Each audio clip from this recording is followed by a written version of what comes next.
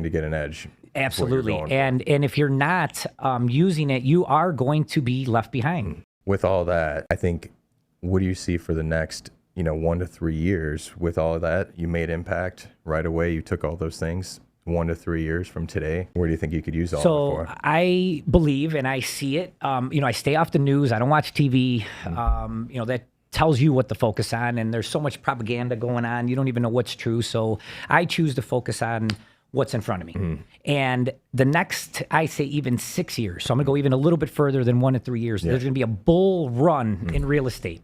And the people that are gonna be using AI and knowing what to do with it are the ones that are going to be on top. And the ones that choose not to use it or just kind of use it, or, I'm checking to see what I can buy when my groceries on my I mean, come on, there's so many applications, so many different things that you can use it to make your life easier.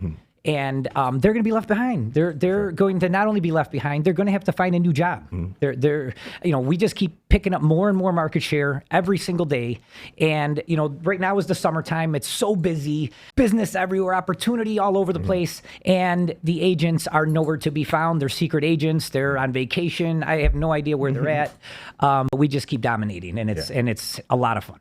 No, what I've seen with AI and with the future of real estate is the people could implement it right away to certain degrees. Like, it's just like base layer, but then there's a whole different degree of way you could use it. And most recently, I think a lot that came out and updated now is just, it's blowing my mind personally on it. And, but it's helped a ton. I mean, I think it's sped up everything leading up to this point for a lot of my work. And I think for realtors, as far as just communication, customer service, I mean, that should 100x as far as like speed goes. And as far as marketing goes, costs is probably so much farther down now for marketing costs. And then, so companies like yours could use it to, basically blow everybody out the water. And that's what I'm coming to see, is that now it's either like, hey, you might be in the game with us right now, but we're not stopping, and we're going to keep using the trends, and we're going to keep pulling forward. And by year 6, 7, 8, you're just not going to be able to keep up anymore. And, and that's could be sad for some companies, but at the same time,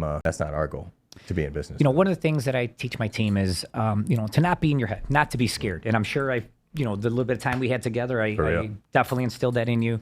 And sometimes, even though I'm the one preaching it and I'm the one telling everybody, I was in my own head just last week, and actually the week prior. So like I said, I'm looking to do AI every which way possible.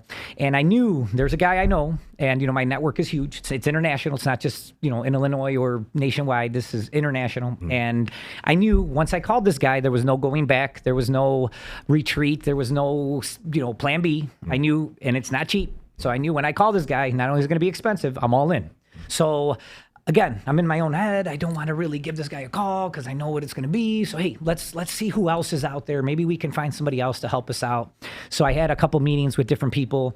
And, again, I know about this much. I don't know much, but I knew more than the two people that I was interviewing. So I'm asking them, oh, that's this program. They're like, I'm not sure. And, oh, this is that. Oh, no, I don't know. And does it do this? Oh, I'd have to check. And so they weren't really too tech savvy. They probably just watched a YouTube video, rolled out whatever they had, and now they're trying to sell it to me. Yeah. So, again, I said, and it got me to the point where I'm like, here, I'm just wasting my time. I'm like, my time is money. I'm calling this guy. So I call him, and he's very happy to hear from me. And, oh my goodness, Alex, oh, dude, yes, of course I'll help you. And a matter of fact, you don't have to deal with my team. You could deal directly with me. Fantastic.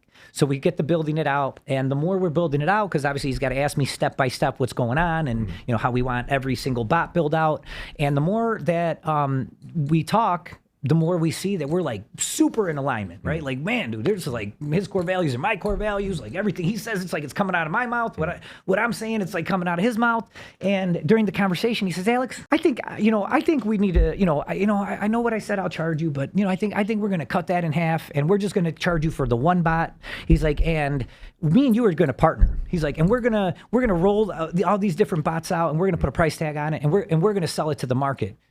I'm like, what? I'm like, dude, can you, what does that look like? Can you repeat that one more time? Like, I don't think I heard you right. Because I'm thinking to myself, like, is this guy trying to partner in my real estate company, my investment company? What's he talking about? Then he says it again. And he's like, yeah, we're going to partner on these bots. What? the companies, and again, I don't want to mention the guy's name, and I don't want to mention these huge companies he works for, but you will see, stay tuned, because it's coming. And not only am I going to be, having AI at the forefront of my company, we're going to be the ones rolling it out and at the forefront of selling these things. I think you brought up fear right in the beginning, and I think maybe when we first got glimpses of this, we were probably a little bit fearful in how to use it, or just like how to bend the rules, and like you just don't know how far to go with things. And then now it's coming to where it's like, after you use it so much, you're like, wait, I'm no longer so fearful, and I'm starting to get more confident. And then I think that's really with a lot of things. When I first joined you, it was like I was so fearful with real estate. I had no confidence at all, because I was just like uninformed, and then as soon as just like you start getting around a circle of people that have way more knowledge than you, and then now you also have this superhuman right next to you, aka the AI, and you could work with your circle and then use the AI to the best, your ability. I mean, AI to me is like a ultimate sidekick. There's like no doubt about it. Robin to your Batman in your pocket at all times. Dude, the second this Tesla robot comes out, dude, I'll be the first one in line. Like, I'm buying like 10 of those bad boys. Yeah. Like start knocking doors. Oh my goodness. Like, I have no idea. Like and again, people are fearful from it, right? So I got my son, I told all three of my boys, hey man, as soon as this Tesla robot, we're getting one. Well, you guys do a lot of events. How cool. You could have freaking one right in the office, right? And just all over the place. Bringing the popcorn. Sitting there taking naps. Popcorn, waters, anytime somebody walks in the door, their office is top of the line. I mean, the customer service, just the squad, everybody like makes you feel super comfortable. And I could see why they succeed so much with their business, because right away they're just like, oh, this is now your home. Welcome in. Now imagine a robot coming in. It might spook somebody, but like, sure, thanks for the popcorn. But like I was saying, I'm telling my kids, and I got my one son like, oh my goodness, this robot, no, I don't want him. He's gonna kill us. I saw Mitchell in the machines, and then I got my other son like, he's gonna be my best friend. Oh heck yeah. Oh man, I'm gonna hang out with him. We're gonna play video games. We're gonna do it. Like, and I heard you could teach it 1,000 things a day. It's like, man, how much can you download on this thing? Like, what can it learn? Is it gonna drive them to school? Can it pick them up? Can it do their homework? I mean, how much can it do? And then our creativity could take that even further. And then it's just I want it to cook, clean. I hope it does all of it. So I agree. I would love it for all. And that's kind of like, some of these next tools, we just talked about AI and like automation. But I know you do really well with, when you do your listings, you post them on social media. It's like, you not only have photos, but you have like great copy, but then you also have the virtual format of it, the Matterport, and like drone video. What do you think about, virtual reality has been around for now pretty long while. You think it's, that's going to be more popular, like giving people a chance to like view homes like in VR? Or so do you think that's we've been doing it for, I want to say like 10 years now, maybe a little bit longer. So as soon as we heard of these 3D virtual cameras, which are called the Matterport, we bought one immediately, right? So we're on our third one. So there's Matterport 3 now. And so we were doing it even before the pandemic, right? So we were 10 years behind, or we were way ahead of everyone else, because most real estate companies or realtors, I hate to say it, but they're cheap. Right? They don't want to spend any money. They don't even want to buy business cards, for God's sakes. They're like, nothing, right? So they don't want to spend any money. They definitely aren't going to be paying for your 3D virtual tours. They're not going to be paying for your drone videos and all your print marketing and your virtual staging and having a whole team on the listing side. They're going to do all the work themselves, and they want every single dollar, and they're going to squeeze every cent out of you, right? So us, we want to earn that money, right? So all these things that I'm telling you are all included with your own listing department, listing liaison, marketing department. We're going to go always above and beyond. It's one of our core values, right? We our service, right? So we go above and beyond. And we know you need this, but we're going to do this, and that. And that's how we earn the right to get those referrals, reviews, testimonials, and to build that relationship, right? So, because that's the goal. That right? goes such a long way. I mean, I think all that is, how much do you think, let's say you don't do any of those things and you're representing a seller or a buyer, how on average, how long do you think it'll take to sell or, to do that it's not that, yes, what we do, it helps. I didn't finish saying, telling the story, but it definitely does help what we do.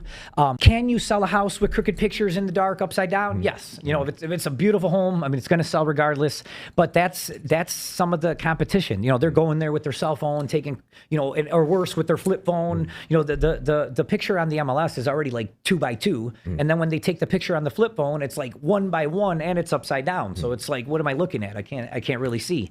So, to me, it's like, that's our competition. It makes it a little bit easier. And like I was mentioning, we were doing these virtual tours, these drone videos before the pandemic, so that when the pandemic hit, everybody was scrambling, like, how do I do this virtual home buying process? Well, we were already doing it. So it was just like, oh, all we did was, we just continued to do it. Well, hey, Mr. Customer, you want to see this home? We got a virtual tour. You want to see the outside? We got the drone video. And now we have the Matterport 3, which you can actually do virtual tours of the outside. So people can walk the whole entire home, like they could get out of the car, walk the whole outside of the yard, backyard, side yard, and then they could go in through the backyard, front yard, and walk the whole entire property, see the drone video so they can see aerial shots of the whole entire lot that they're buying.